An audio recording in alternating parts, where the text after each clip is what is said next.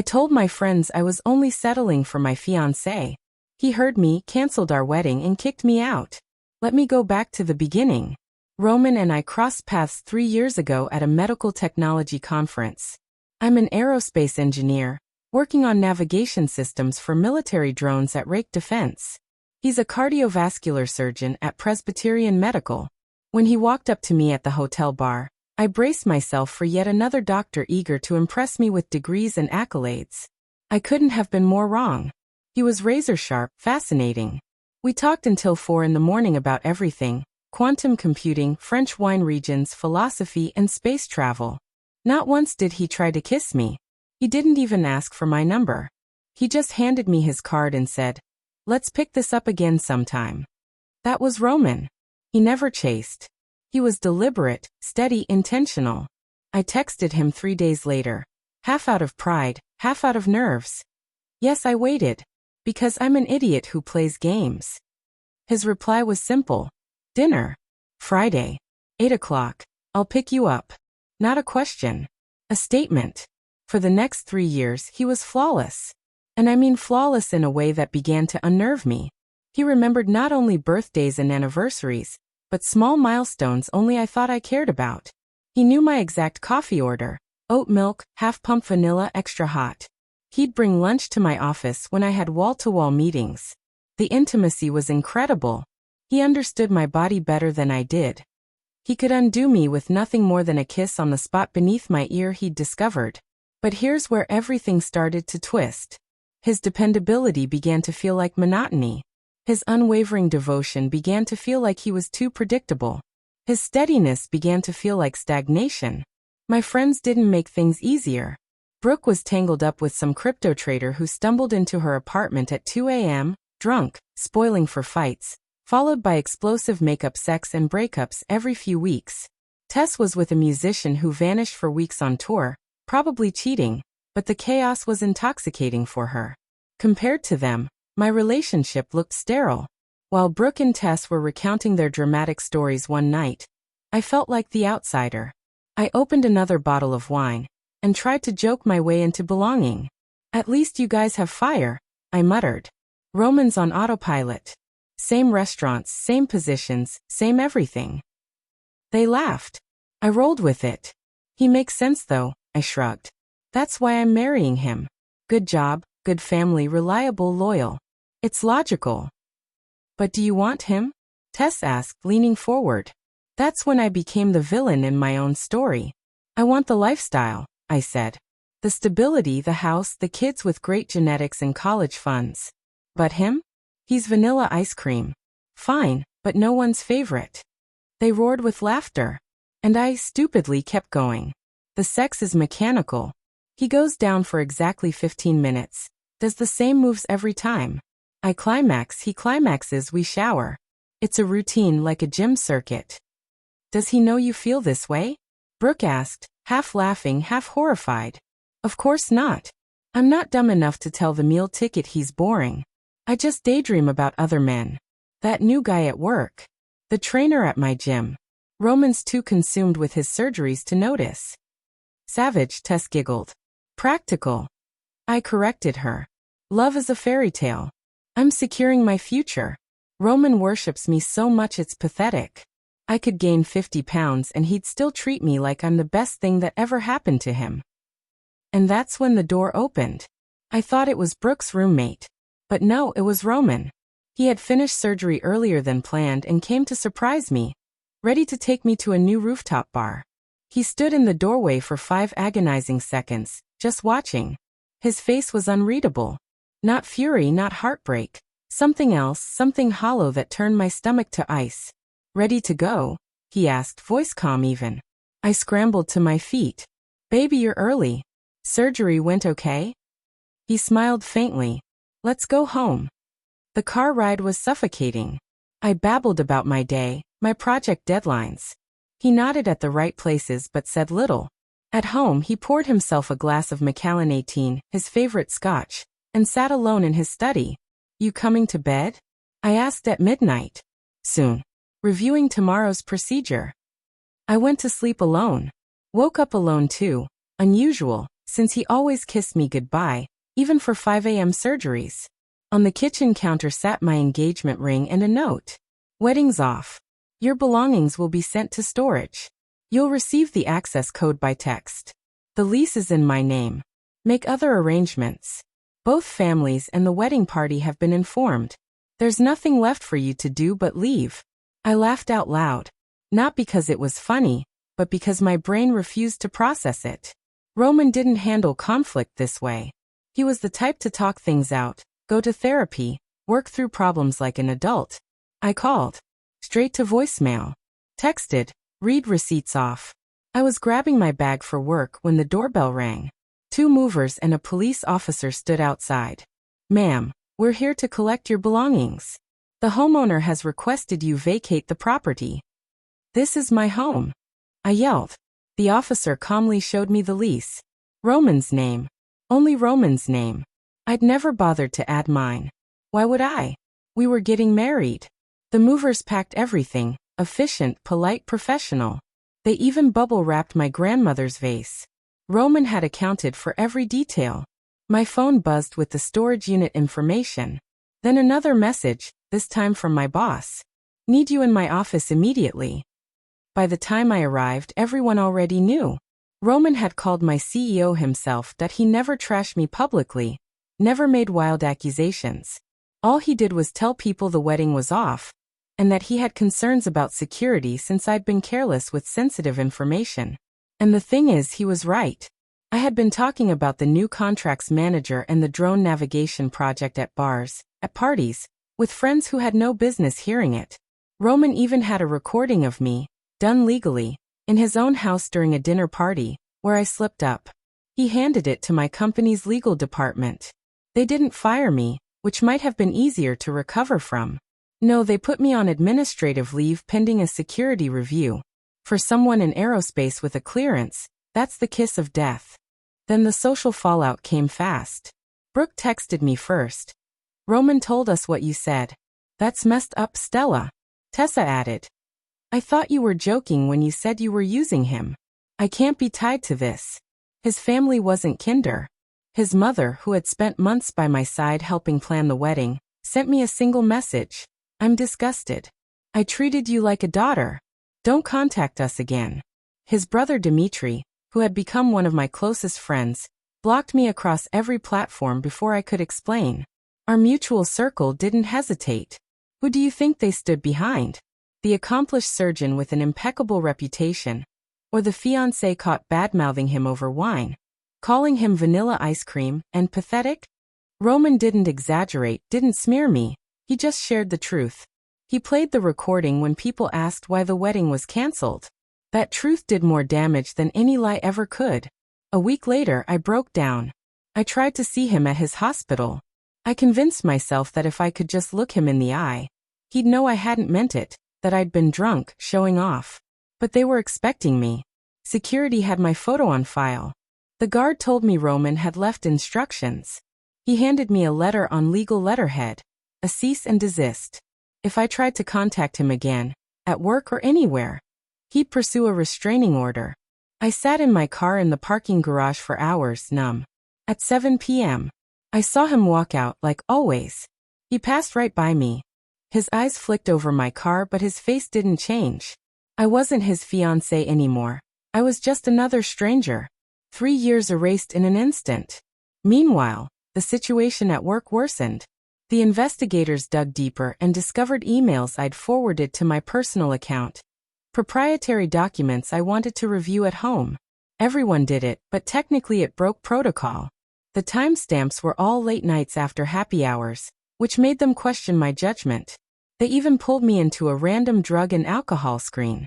I passed, but the stain was there. Colleagues looked at me differently. The new contracts manager I'd once joked about, he avoided my eyes completely. Later I learned his wife went to high school with Roman. Of course. Small world. My financial situation crumbled next. The bank notified me that Roman had legally removed me from our joint accounts.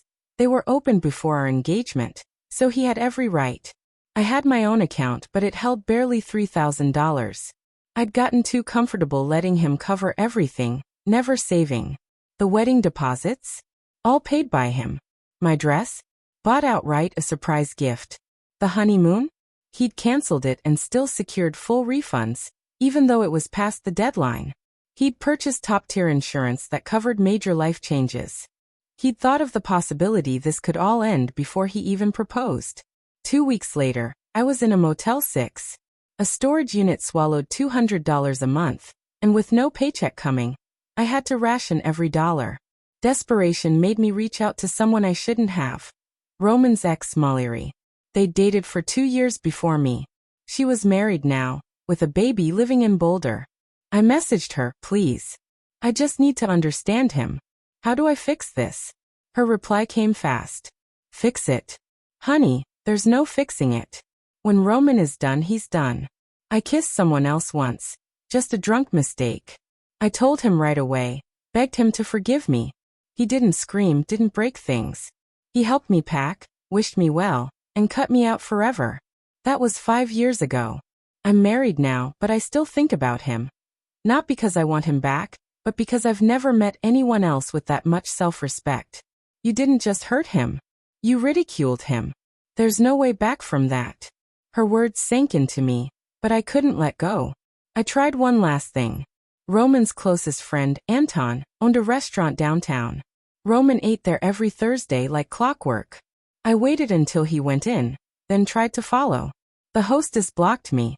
Sorry, we're full tonight. The place was half empty. I lied.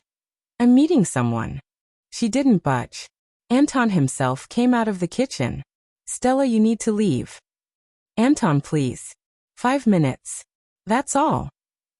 You had 3 years, he said flatly. You spent them mocking him. Leave now, or I'll call the police. Roman didn't even glance up from his menu. Later, LinkedIn's cruel algorithm showed me he'd already updated his profile to single.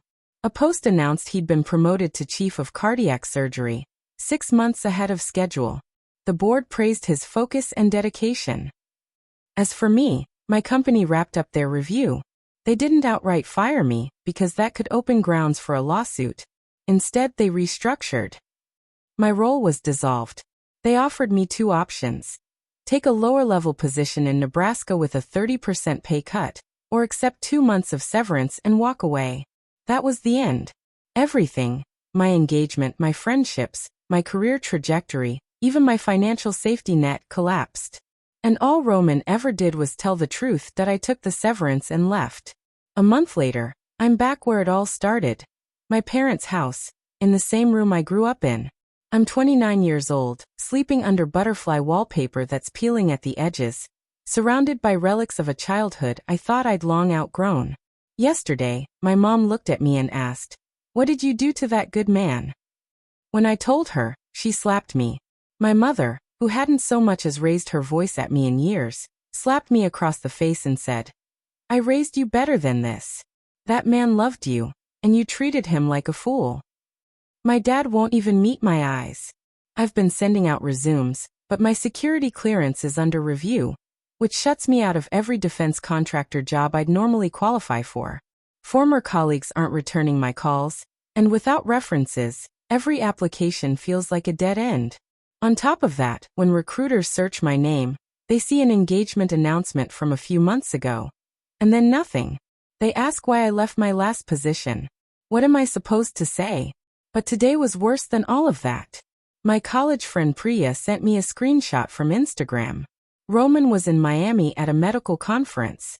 Standing beside him was Dr. Catherine Reeves, a pediatric surgeon, Harvard alum, volunteer with Doctors Without Borders. She was laughing at something he'd said, her face turned toward him like the rest of the room didn't exist. The caption read, "Excellent conference with excellent company at Dr. C. Reeves." I shouldn't have, but I dug through her profile like an obsessed stranger. 6 weeks. That's how long they'd known each other. She has published research on pediatric cardiac conditions. She climbs cliffs in her free time. She speaks 4 languages. In one photo, she's reading the same neuroscience book that Roman always kept by his bedside. This isn't a rebound. She's the woman I pretended I was too good for. The one who actually matches him, professionally and personally. She's not his consolation. She's his upgrade. 2 months later, Brooke texted me, not to check in, but to twist the knife. Thought you should know. Roman's dating Catherine officially. He brought her to the Hendersons' anniversary party. She's moving to the city to be closer to him. Her message ended with, "They look disgustingly happy." I sat there doing the math. 2 months after breaking off our 3-year engagement, he was already with her. 2 months to recover from what I thought was a once-in-a-lifetime bond. But maybe I was never his forever. Maybe I was just holding space until the right person showed up. I used to think he was too eager to have me. I mistook his steadiness for dullness, his commitment for weakness. I called his devotion clingy, his reliability boring. But now I see it differently. Roman wasn't thankful. I wasn't some prize he won. He was generous. He wasn't desperate, he was devoted. He wasn't boring. He was stable, secure, grounded. He didn't need games because he already understood what he wanted. He didn't need to stir jealousy because he believed I was wise enough to recognize his worth. I wasn't. And the cruelest truth? He could have torn me apart if he'd wanted. He had years of material. Every fear I confessed, every insecurity I laid bare. He could have weaponized them, but he didn't. He just stepped out of my life, clean and precise, like a surgeon removing something malignant. That's real strength. Not shouting, not begging, not fighting, just leaving and showing, without words, that I was beneath him. Now, 3 months later, I'm writing from my small apartment in Omaha. I took a junior systems analyst job at an agricultural tech company. It's a $40,000 pay cut. I drive a beat-up 2008 Civic. I shop at Walmart. Yesterday, I saw their wedding announcement in the New York Times. Dr. Roman Volkov, chief of cardiac surgery, married Dr. Catherine Reeves, pediatric surgeon. There was a photo of them. He's looking at her with something I never saw before, relief maybe. Like he finally found someone on his level. They're honeymooning in Japan. Not Bora Bora, not anywhere we once dreamed of, but somewhere entirely untouched by me. My therapist asked me what I've learned through all this. I told her there are 2 kinds of people in this world. Those who build and those who drain. I thought I was the one creating value because of my career, my credentials. But in my relationship, I wasn't building anything. I was leeching off Roman's stability, convincing myself my presence alone was some prize. I once called him vanilla ice cream, the safe choice. But do you know what real vanilla is? It's one of the rarest, most delicate, most expensive spices in the world. It takes years to grow, perfect conditions to survive. Most people never even taste it, only the cheap synthetic version. That's what I had. The real thing. And I threw it away because I thought I deserved more. Roman wasn't my fallback. He was the only man who ever truly saw me, saw all of me, and still chose to love me. And I stood in a friend's apartment, wine glass in hand, looking for validation. And I reduced him to a paycheck. Here's the part I'm most ashamed of. I still have the recording. The one he sent me. Sometimes I play it back just to remind myself why I'm alone. My voice shrill and smug. He's so grateful to have me. He'll never leave. I was half right. He didn't leave. He made me. And that's the difference between pretending you hold power and actually having it. That I thought I had the upper hand because he loved me more. I mistook his devotion for leverage, forgetting that love only feels like weakness when it's given to someone who doesn't deserve it. Roman figured out I wasn't worthy of what he gave me. And when he saw that clearly, he cut me out of his life in one clean stroke. No screaming, no pleading, no negotiations, just over. Edit. To everyone filling my inbox saying I earned this, I know. To those insisting he'll return, he won't. And to the ones accusing me of fabricating this whole story, I swear I wish I had. Edit 2. Someone tracked down Catherine's Instagram and started sending her screenshots of this post. Please stop. She doesn't deserve my fallout, and neither does Roman. I'm the one who failed them. Let them live in peace. Edit 3. Notifications off. Word reached the Omaha office of my company, and now management knows. I'm starting to realize Reddit wasn't the place to spill this. Roman, if you ever stumble across this, I'm sorry. Not asking for forgiveness. Just sorry. Update. 6 months later. I wasn't planning to add more, but I need to close this chapter for good. At a medical conference in Chicago, where I was presenting on our agricultural health monitoring systems, I ran into Roman's mother. She was attending with her hospital's auxiliary group. She spotted me first. I tried to duck into a restroom, but she called out. She said my name, Stella, not cold, not angry, just neutral. Like someone recognizing an acquaintance from long ago. Mrs. Vulov, I said. It's Dr. Vulov, she corrected gently. I hold a PhD in biochemistry. You never knew that, did you? I didn't. 3 years of Sunday dinners, and I never thought to ask about her beyond her being Roman's mom. She went on, Roman's happy. Not unkind, just matter of fact. Catherine's expecting. Twins. Twins.